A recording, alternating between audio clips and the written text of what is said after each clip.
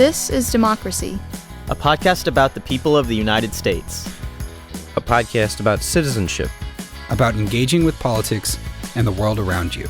A podcast about educating yourself on today's important issues. And how to have a voice in what happens next. Welcome to our new episode of This is Democracy. This week, we're going to talk about the ways in which our society, both within the United States and outside the United States, has reacted to the horrors of recent events in the Middle East. We're going to talk about the ways in which human beings are processing this. We're not going to talk about who's right and who's wrong, but we're going to talk about the difficulties so many of us in so many settings are having processing the very difficult and challenging and horrific events that we're seeing before our eyes. What does it mean to us? How do we understand our reactions? Why is it so hard to talk about this? And what should we do?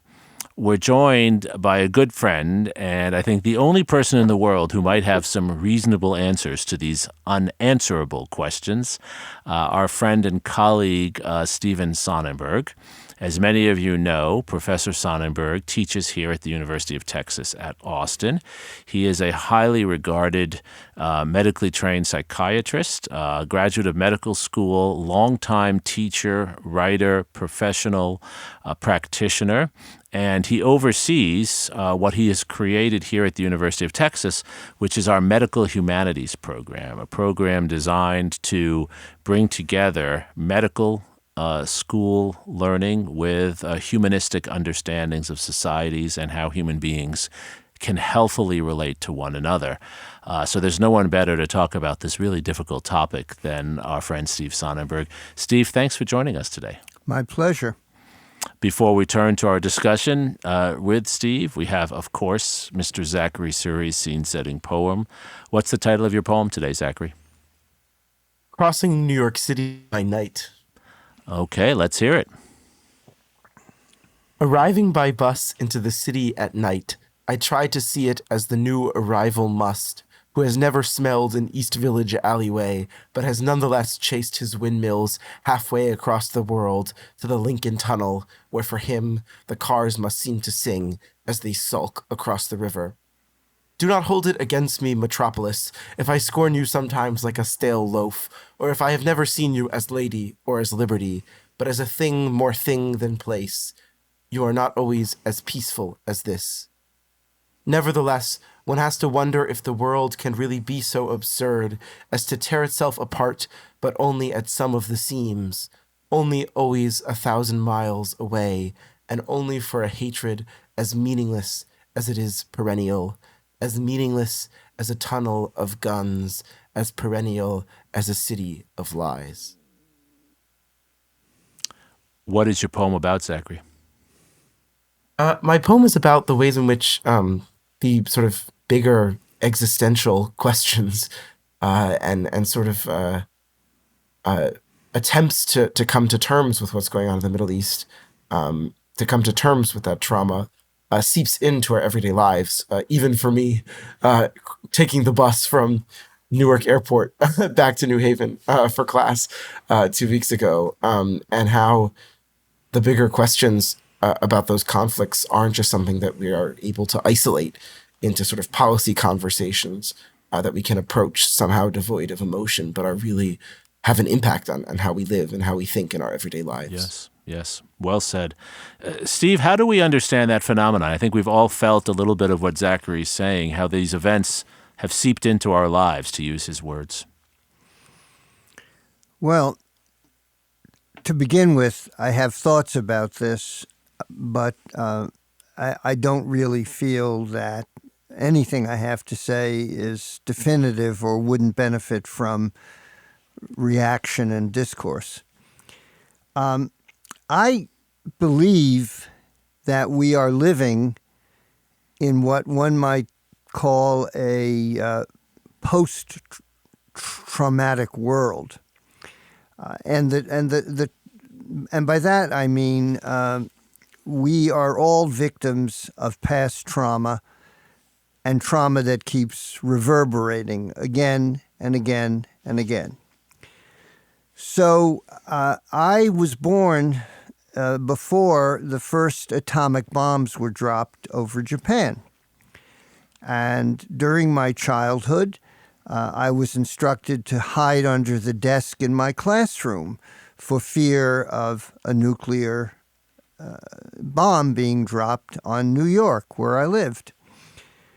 Well, we've all gone through a pandemic that was filled with death, filled with loss, and filled with trauma.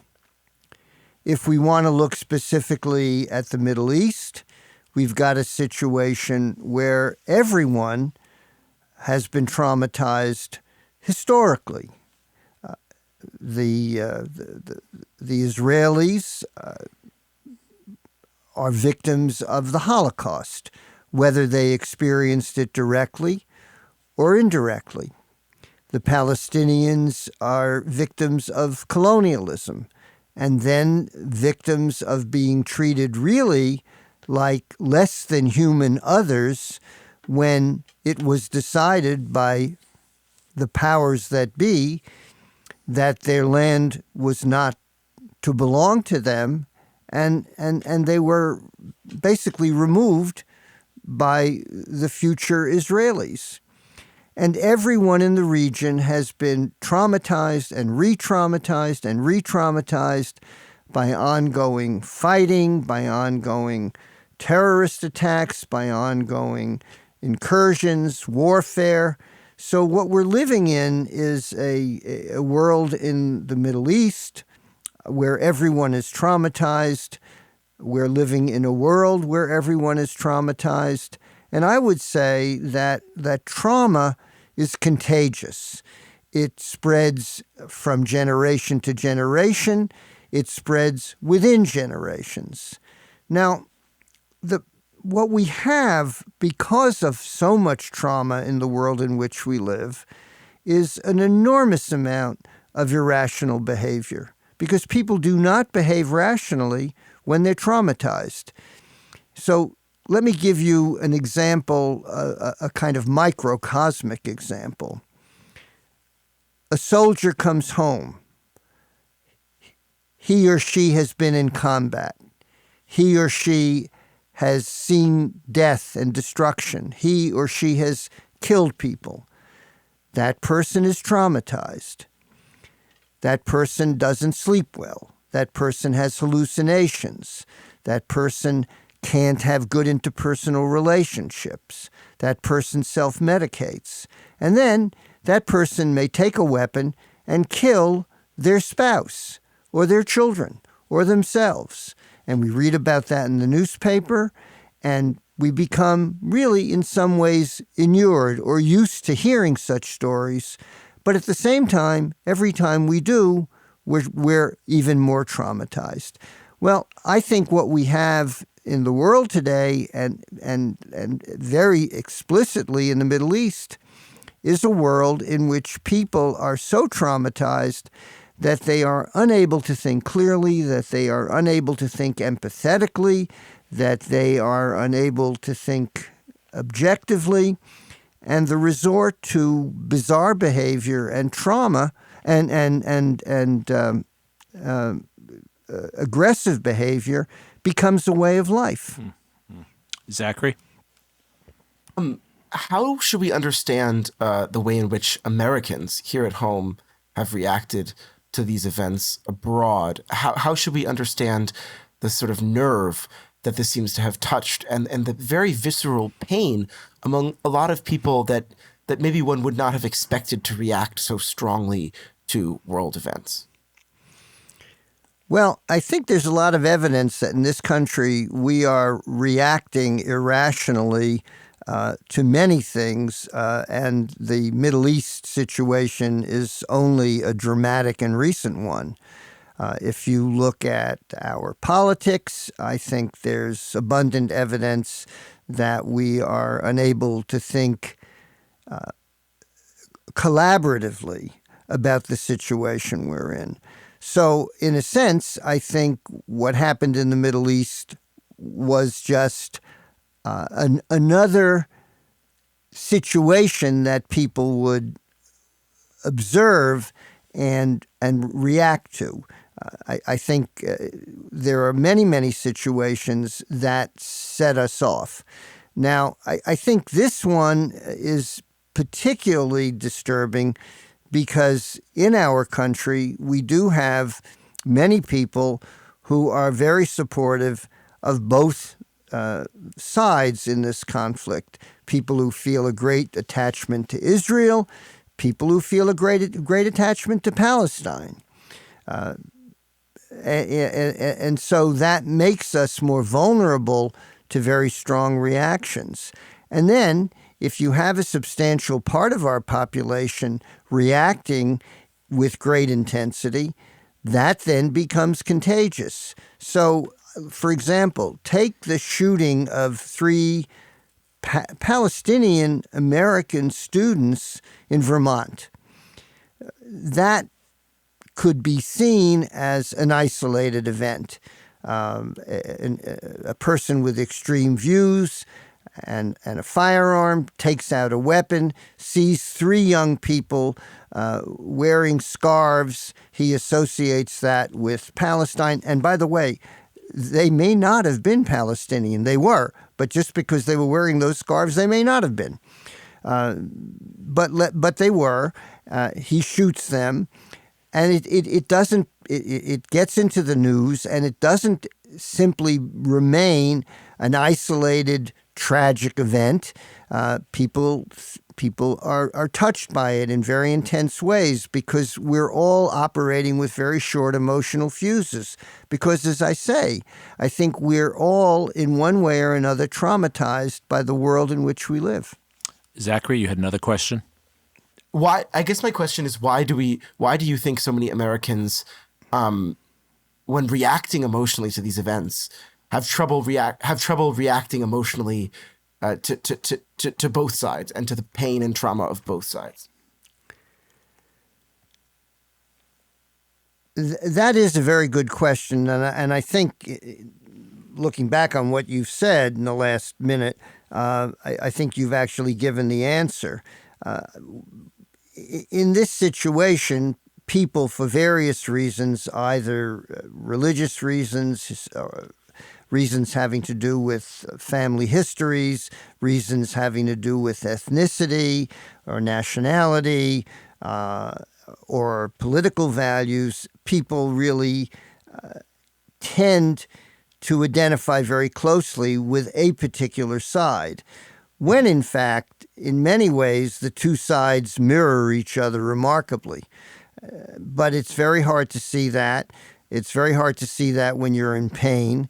I think when you're in pain, you look for a cause, and in this case, and it is simplistic reasoning, and it is unsympathetic and unempathic, but when you've chosen your side, you look to the other side as the victimizer, and you look to your side as the victim. And of course, that is, as you said, really unsympathetic and unempathetic. Is it true, Steve, that in moments of trauma like this, we crave simplicity, we crave strong man figures?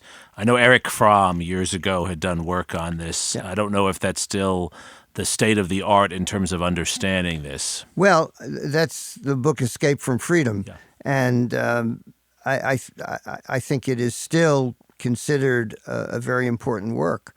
And certainly, in my opinion, it is. And so since you mentioned the shift toward authoritarianism or the attraction of authoritarianism, well, we're certainly seeing it in the political divide in this country.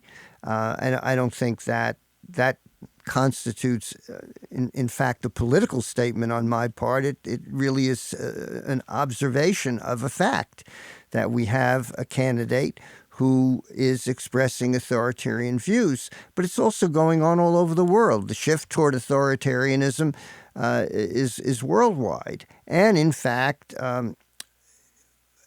again, now, I'm not a political scientist, and I don't want to represent myself as having the kind of understanding that a political scientist would have. But I do think, again, this is factual. Netanyahu is an authoritarian. And I do believe that the authoritarianism that he practiced in Israel, authoritarianism that reflected a long-standing national trauma that Israelis experienced,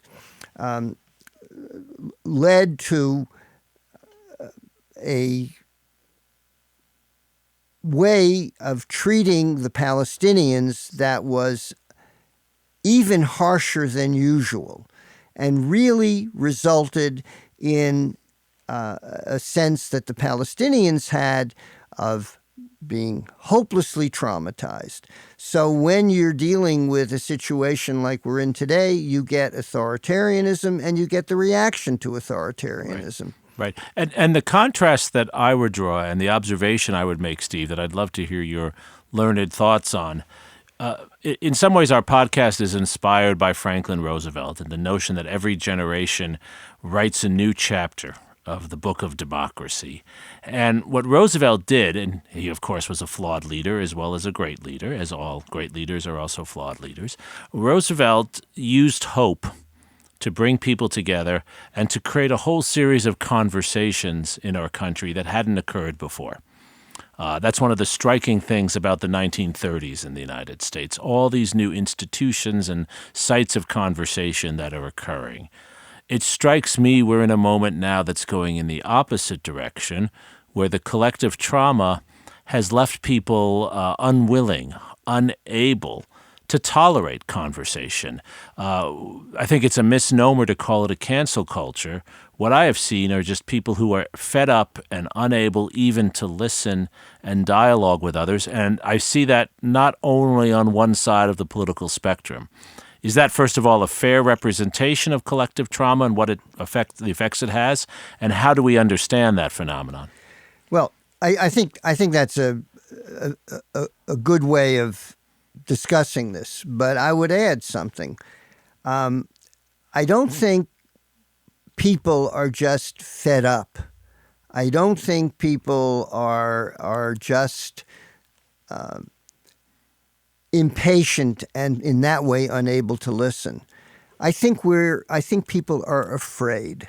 I think that there is a widespread, very high baseline level of fear that we are all dealing with. We all feel extremely vulnerable. We all feel that our mortality is on the line. I mean, let's just think back a couple of years to the pandemic, where if you happened to walk out in the street and someone walked by you and you heard them sneeze, you began to think, oh my God, I'm going to end up in a ventilator and I may soon be dead. Now, after the pandemic ended, we had an opportunity to really emphasize empathy in our culture. An empathy that would have allowed us to process and reduce the after effects of the trauma. But we didn't do that. What we did was we swept it under the rug. And I think that while that's a specific example in terms of what happened after the pandemic, I think in general that is the way cultures deal with trauma. We try to leave it behind. We try to sweep it under the rug. But in fact, it's there. It's operating there. We may not think about it consciously all the time, but it weighs heavily on us.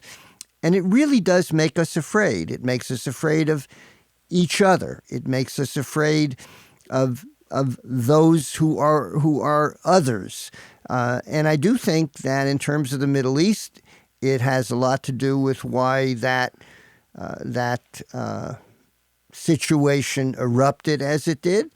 And I think in terms of the reaction to it, again, one could say that as much as the Israelis are traumatized by the Palestinians, and as much as the Palestinians are traumatized by the Israelis, because feelings of trauma, which involve feelings of fear, because that is so contagious, it literally spreads across the ocean, and we have it here.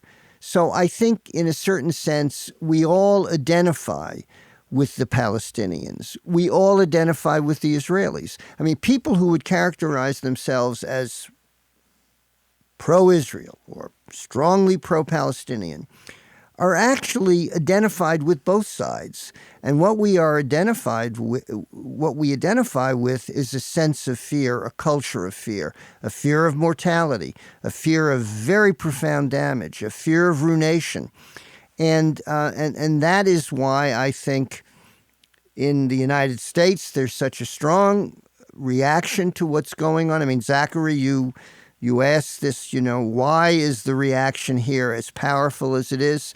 I think it's because we're all vulnerable to reacting, because we all are sharing a common sense of extreme vulnerability. Right. We were already in an apocalyptic framework, and then this became a new layer to that, in a sense. Yes, that is the way I see this. And I also, by the way, when I think about what was undoubtedly a horrible atrocity that was committed on October 7th, and it was. But I ask myself, why did these people behave in such a barbaric way? And while I don't think we can, in a simple way, forgive that barbarism, and apparently it was extremely barbaric, at the same time, I think we understand that the people who committed those acts were really, to use a metaphor, at the end of their ropes. They felt fear all the time. They never knew when that, quote, open-air prison that they felt they were in would be a place where they would be slaughtered, killed. Mm-hmm. Mm-hmm. Zachary? I guess my question is, how do we get people in the United States in particular to move beyond their trauma, or maybe not move beyond, maybe that's the wrong word, but to wrestle with it in a way that allows them to think of and conceive of the complexity of these situations, right? I mean, I think the difficulty that we're experiencing, or at least that I've experienced, is in getting people to have conversations that are multifaceted, that aren't simply polemic.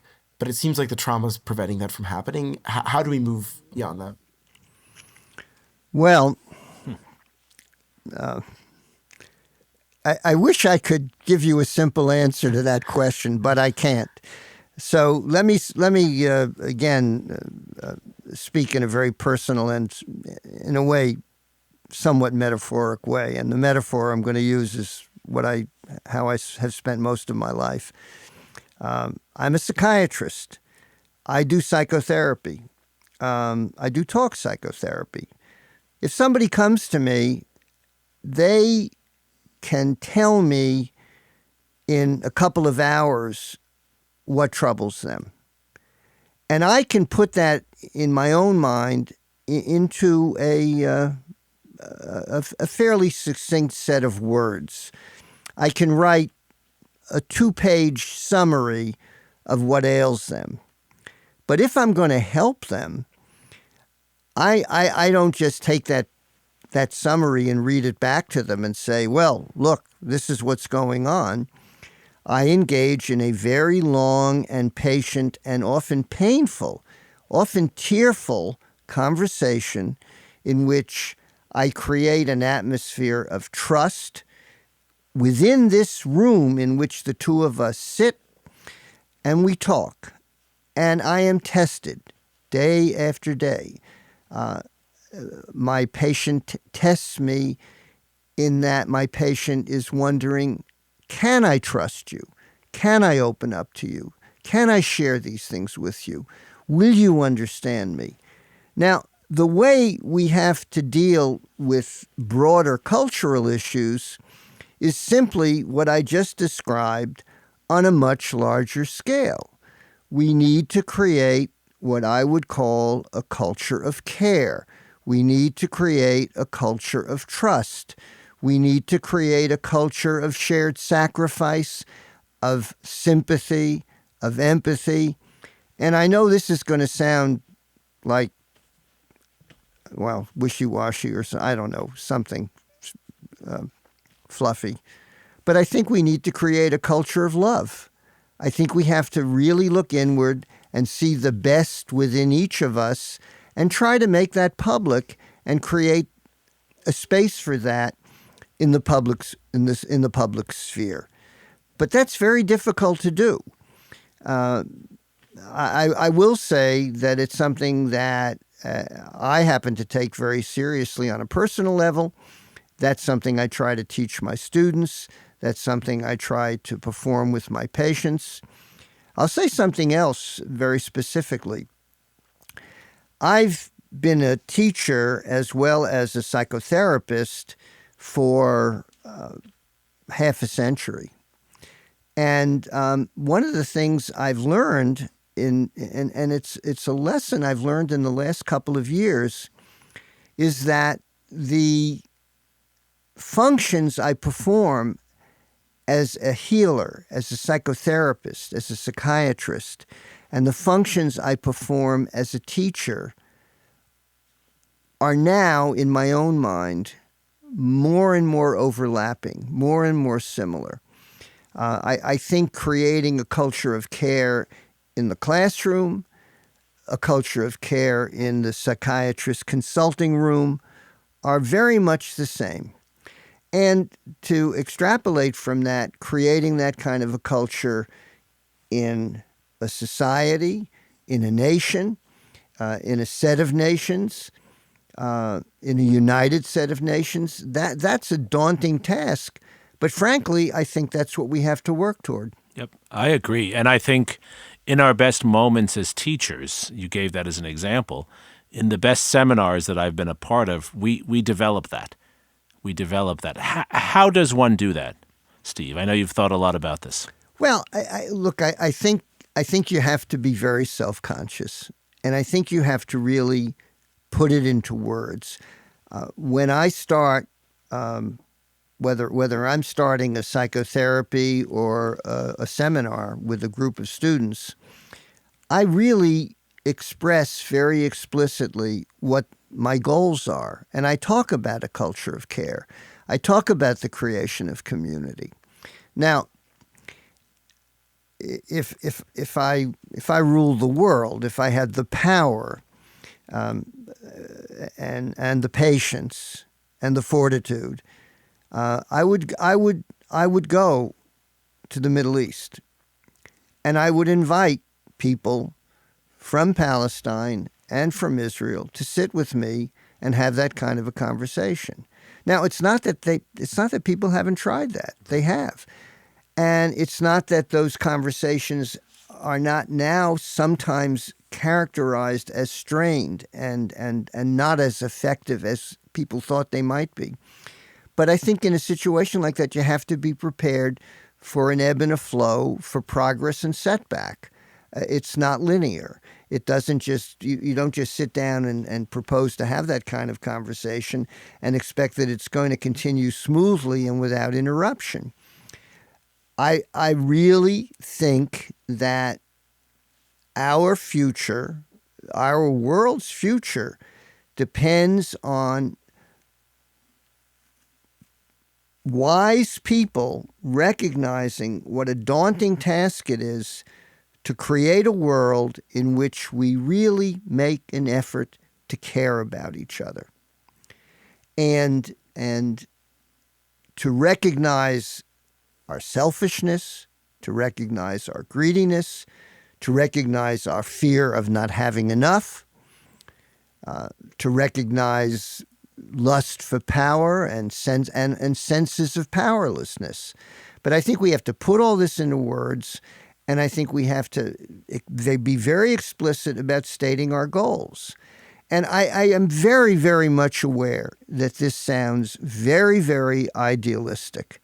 And I know that it does, and I know that it is, but I don't feel that there's any other way. Right. And I have given this a lot of thought. I know you have, and you've also lived it where you can. You bring it to everything you do. I've seen that. I've witnessed that. Zachary, is this compelling to you? Is this a path forward? What do you think?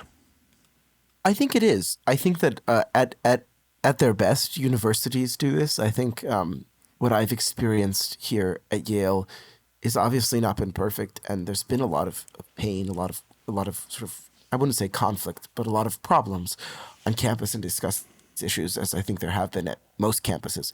But I also think that at the end of the day, if you can sit across from someone or share a meal with them and actually have a real conversation where each one listens to the other, and it's not about winning an argument, but about listening and taking the perspective of another seriously, I've seen personally how that, even if it doesn't change minds, can make the culture of a place much more loving and much more amenable to serious discussion. And so I think bringing that into a broader political discourse, that kind of approach where we begin with each other's humanity, is the answer and is the way forward, although it certainly won't be easy. It's striking to me, Zachary, that what you've just described is compelling, but it's such a difference, such a contrast with the ways we normally describe leadership. Leaders are supposed to be tough guys. Leaders are supposed to be know-it-alls. They're supposed to be people who stand up and tell it like it is. And we don't have to go to a political space to see that. That's how we describe business leaders, how we describe coaches. Steve, is this fundamentally about actually rethinking what leadership is?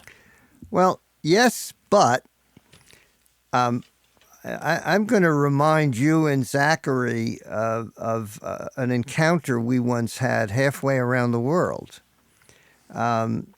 Zachary, I don't know if you remember this, but you and your family your immediate family were visiting relatives in India. And we were at the memorial to Gandhi. And I'm standing there with my wife, and some kid, I don't know, maybe 8 years old, is running across the field, and my wife is saying to me, "He shouldn't be doing that. That's not right." And I then see your father. So I say to my wife, I say, "There's Jeremi Surrey." My wife says to me, "Oh, you always think you're seeing someone you know wherever you are." I said, "No, that's Jeremi Surrey." And guess who that boy was? It was you. Well, maybe all this part of the story will get edited out of this. No, we're going to keep this in. I guarantee it. But I have to say, when we talk about great leaders who really did practice empathy and advocate for understanding and really turning the other cheek and really being loving. Well, we do have examples of that. Sure. I mean, Gandhi being one. Of course. Martin Luther King being another. Sure. So I dare say, and I'm not a theologian, but I dare say that there are some saints in the history of Christianity who practiced that kind of loving way of being in the world. And again, I'm sure there are many examples that I simply am not aware of. But I do think we have examples of that. Yeah. And I think what you're saying, and Zachary's saying this too, I think, it's not hopelessly idealistic to believe in love, to bring love into our everyday activities. When someone is traumatized, this is my very basic understanding of psychology, the person who's traumatized needs to feel loved. Well,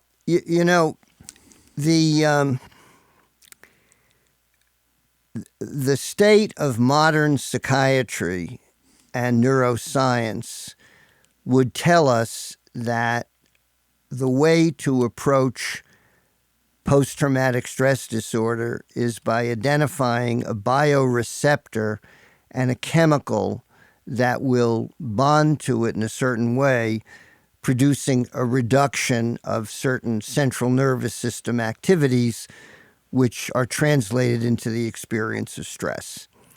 But the fact of the matter is that one of the things we saw after the Vietnam War, and we saw this very, very clearly, is that traumatized soldiers who came back to a loving marital relationship did very well.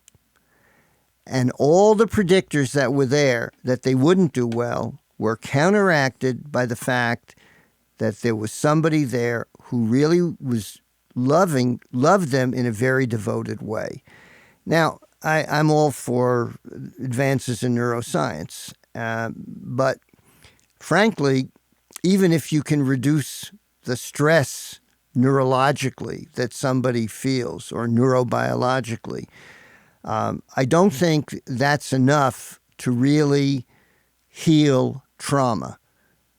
It may reduce the physiological manifestations of trauma, and in a sense, it may reduce fear. But it's not going to make a person whole. And I do believe that being in a world where we learn how to practice love in a better, more effective way is a very important component of what it is to be human at our best. Now, I understand, and I want to make this clear, that I didn't learn this in psychiatry school. I probably began to learn it studying the humanities as an undergraduate, where I was very, very blessed by the mentorship of several really, really caring humanities professors. But now that I've been a psychiatrist since fully fledged since 1969, I can say that as important as the scholastic lessons I've learned, there's some what I might call spiritual lessons. And when I talk about love, I'm calling it a spiritual matter. Well, I think, Steve, that's a perfect place for us to close, not because it's an easy answer of any kind. You didn't promise easy answers. But I think it's actually a very productive way to begin thinking about this. In a world filled with trauma and hate and fear, what are the anchors of love that we can double and triple down on? What are the places where, in our own lives, our listeners often ask, how can we take these big concepts you talk about and bring them into our lives? I think you've given a very practical answer. Find ways to emphasize love in your life and recognize the trauma that you're dealing with and those around you. Steve, I think that's super helpful, and thank you for sharing your wisdom from psychology and especially from the humanities with us today. Well, you're welcome. And Zachary, thank you for your poem, your questions, and your insights. And thank you most of all to our loyal listeners for joining us for this week of This Is Democracy. This podcast is produced by the Liberal Arts ITS Development Studio in the College of Liberal Arts at the University of Texas at Austin. The music in this episode was written and recorded by Harris Houdini. Stay tuned for a new episode every week. You can find This Is Democracy on Apple Podcasts, Spotify, and Stitcher. See you next time.